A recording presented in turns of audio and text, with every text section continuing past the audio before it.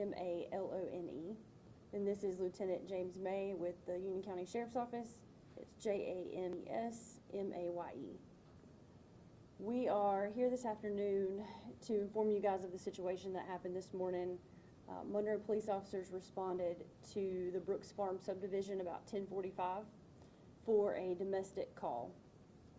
The 911 caller told dispatchers that her estranged significant other was headed toward her residence and that he intended to cause significant harm and possibly burn the home down. Our officers went and they intercepted him as he was entering the neighborhood. They tried to stop him with a traffic stop and he did not stop. He led officers on a pursuit.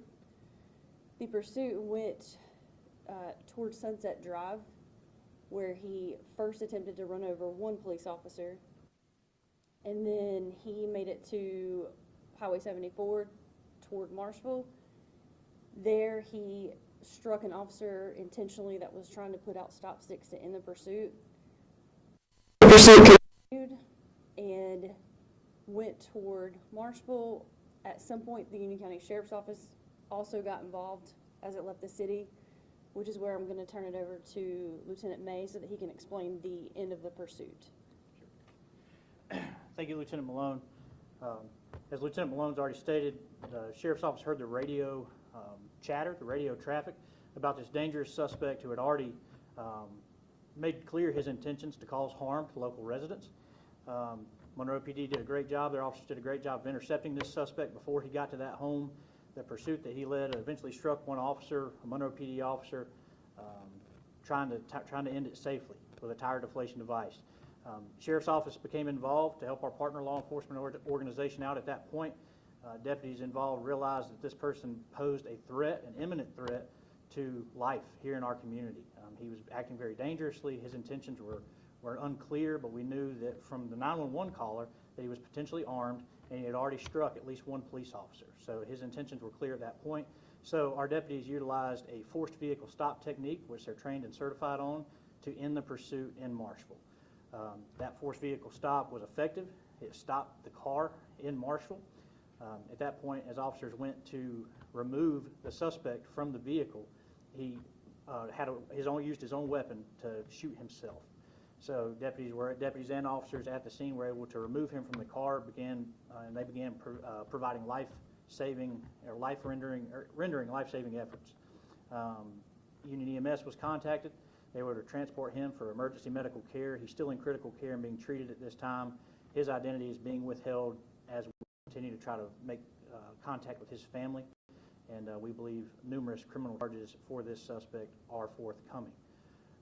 Once again, to just kind of wrap everything up of this incident, we're glad that our officers and our deputies were in the right place to prevent a suspect from causing harm to a mother, her children, and ultimately cause harm to other innocent drivers and bystanders in our community. So our people put themselves in the victim's place today by doing their job effectively, and we're very proud of their efforts. Our hearts go out to the family and everyone affected by this, by the suspect's actions in this case. We know there's a lot of people that his actions will affect. The investigation into this is ongoing. It's a multi-agency investigation. The North Carolina State Bureau of Investigation has been called in to question some of the officers involved with the forced vehicle stop, just to ensure a fair, unbiased investigation into the use of force is conducted, and the Union County Sheriff's Office is actually leading the investigation into the self-inflicted gunshot wound. There is currently no evidence that exists that supports that any officer discharged their weapon during this incident.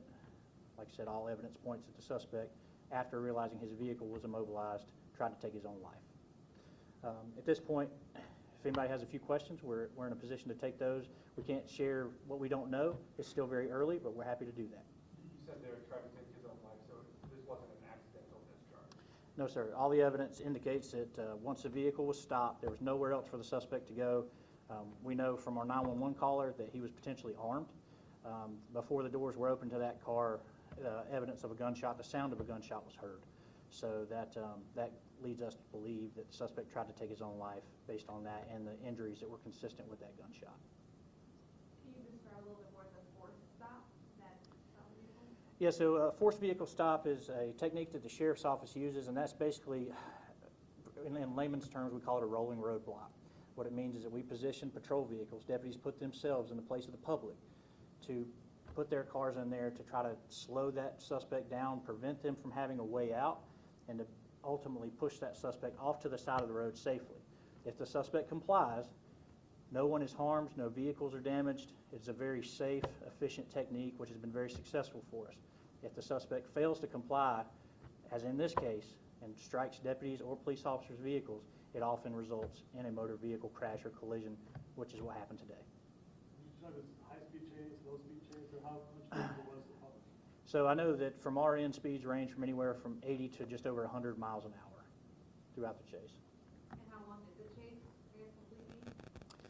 It So- started in the Brooks Farm subdivision on Harvest Way. The pursuit started in Brooks Farm on Harvest Way, and it ended in Marshville on Highway 74. Relative timings for those? The initial 911 call was at 10:45 a.m.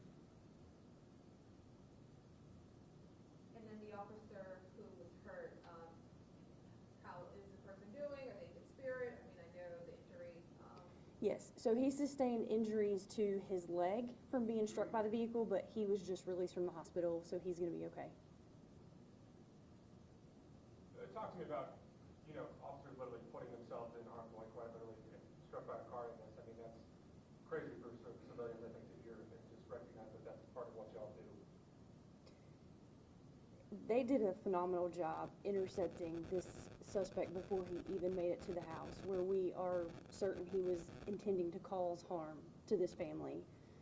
So they all put themselves in danger doing that. And then trying to end the pursuit before anybody else got hurt absolutely was courageous of the officer.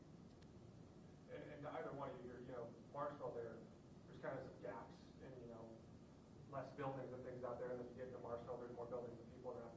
How are you guys weighing that when you decide where you're going to set up that block and where you're going to try to stop a car?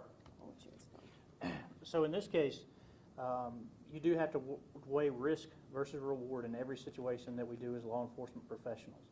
In this case, like I said, the suspect had already struck one officer, tried to strike others. It showed clearly that his intent was to cause harm today. So when the officers had the opportunity to move their vehicles into that position, they took it. Speeds in the town of Marshall would naturally slow down because of that traffic pattern. So that allows us to move our cars into position without providing as much risk to the public. So once again, this is a technique that we use to try to prevent further harm from the public, not necessarily contribute to it. So it's, you see movies and you see things like that, but this is a safe technique these guys are trained on. And once again, ultimately the suspect determines how bad the outcome of this is through their actions. If they comply, they stop their car, and they surrender to law enforcement who's pursuing them, then no harm is done to anyone involved. But in this case, the suspect chose not to take that action. and the car crashed. That's correct, yes, ma'am. When they were setting up in the position, the suspect actually crashed into a sheriff's deputy's vehicle. It then caused the suspect's vehicle to lose control, and once he was off the roadway, which many of you saw on the scene, that he stopped there, and deputies and officers were able to remove him from the car. Once again, as they were approaching the car, that's when they heard what they believe is a gunshot, and the injuries are consistent with that. So at that point, their mindset went from apprehension to emergency aid to the suspect. And the first officer that was almost hit, was that an officer outside of a car that did the same kind of situation, or?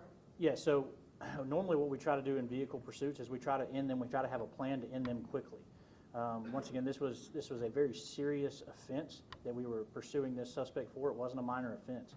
So the officers try to use the tools at their disposal, which in this case are tire deflation devices, what we commonly refer to as stop sticks.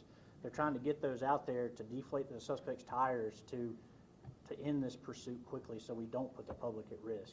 But once again, we felt like, and Sheriff Cathy and Chief Gilliard, and our respective agencies believe that this suspect posed an imminent threat to the safety of our community, and he had to be stopped, and we did that.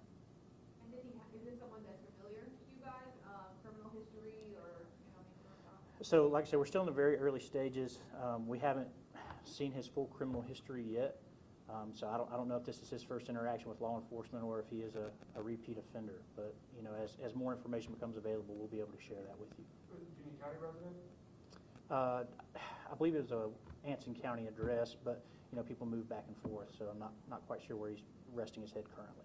And you said right now he's in the hospital in critical condition. That's correct, yes, ma'am. And are you able to share where he shot himself? I personally have not been made aware of where the gunshot wound location was, but like I said, the evidence on scene did suggest that the injuries he sustained were consistent with a gunshot wound, plus the evidence of the sound the officers heard. Any other questions that we can try to answer for you folks? We'll continue to release information. Traffic patterns have returned to normal in Marshville. We'll continue to release information. I would encourage you to follow up with Lieutenant Malone or myself as representatives from Monroe Police or the Sheriff's Office as we try to figure out what led the suspect to take these actions today. So once again, our hearts go out to the family involved and everyone affected by this pursuit and the suspect's actions. Thank you.